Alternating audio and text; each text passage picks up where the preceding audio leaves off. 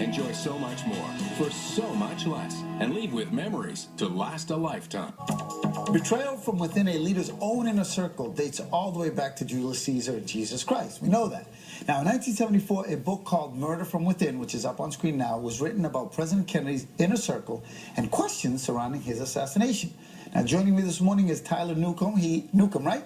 He is the son of one of the original authors of the book and has worked to get the book published in memory of his late dad, Fred, and his co-author, Perry Adams. So these two gentlemen, 40 years ago, wrote this, right? They did. Hold that up, the first one. Yeah, right? the first one. This is the original manuscript. They printed up 100 copies. This was number 95, my copy, and sent them to Congress and the FBI. Okay, so take me through this. What's the conclusion of your dad and Fred's kind of work, investigative work? Well, they looked at it in a very simple way. What was the motive? Why would Oswald want to kill President Kennedy? And they started looking at history and going back all the way to Rome with the Praetorian Guards killing the emperor, up to Napoleon, who we now know was killed slowly by arsenic poisoning. He didn't die of natural causes. And up to today, where Indira Gandhi was killed by her own 2 bodyguards. And Anwar Sadat was killed by his security. So they started with that premise that, that you have to suspect the security because it obviously failed that day. Okay. And what he found out when he interviewed, and I have all the tapes of 50 witnesses there, especially the police officers that were there, they smelled gunpowder in the street. And they smelled it all the way to the hospital. And several witnesses said they thought they saw men in plain clothes shooting back, retaliatory. And that's what Ralph Yarborough thought. And not only that, they thought the motorcade stopped right in the middle of the street there during the shooting. That's sinister. So when you say in the book is titled Murder from Within, who is, in your estimation, or the book's conclusion, responsible for JFK's assassination? Well, ultimately, the only person to benefit from it was Lyndon Johnson. And I consider him to be the architect of the whole thing. So you're on record saying, in your father's research, that Vice President was behind this? Yes. Okay. And I also read somewhere that you believe that were he alive today, with the evidence that you guys present, he would be indicted. He should be, yeah. He was about to be indicted anyway. He was looking at getting dropped from the ticket in '64 because of the Bobby Baker scandal, and Bobby Baker was going to finger him in his scandal, and Johnson was looking at jail time. So the only way out for Johnson of jail and to keep his job was to become president, and unfortunately he had to stop Kennedy's heart.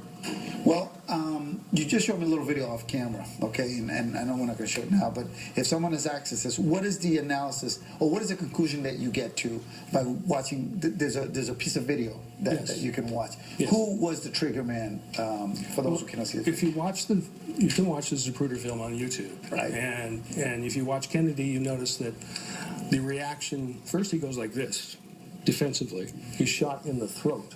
That's where he reaches for. And Governor Connolly starts freaking out. He goes like this and starts screaming, "Oh, no, no, no," turns away and says that, "My God, they're going to kill us both." And then you see the president get shot in the head, and his head flies back at 104 miles an hour. That's a shot from the front. Oswald, remember, is firing from behind. So when the president gets to Parkland Hospital, the doctors all thought he was shot from the front, and some of them were mentioning powder burns. They were talking about powder burns. They were looking for powder burns on the president. Which would indicate what? Very close-range pistol shot. Okay. Very close-range pistol shot. And the priest noticed a terrible wound over the left eye, right here. All of the doctors saw a huge wound in the back. So entry, exit. And you say, and in the book says, comes from who? It had come from the left front at close range, so that would either be Nellie Connolly or Bill Greer, the driver. And tell me a little bit about Bill Greer. Bill Greer was born in Northern Ireland, and he was Protestant. He had serious religious differences with Kennedy.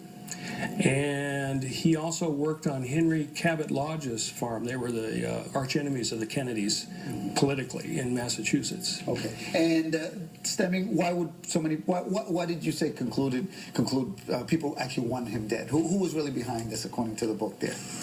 Well, Johnson wanted to become president. Yeah, that was one. Yeah, and then there were elements in the Secret Service, and there was Allen Dulles, who got fired by Kennedy and was on the Warren Commission.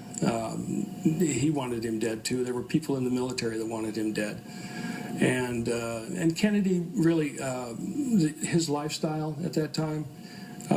There were a lot of people that harbored resentment against him with his womanizing in the White House. Okay, so all of those elements, you think? They all coalesced into a perfect storm against him. Well, what we've done is tease the audience. You have teased the audience now. We have the book up, Murder from Within.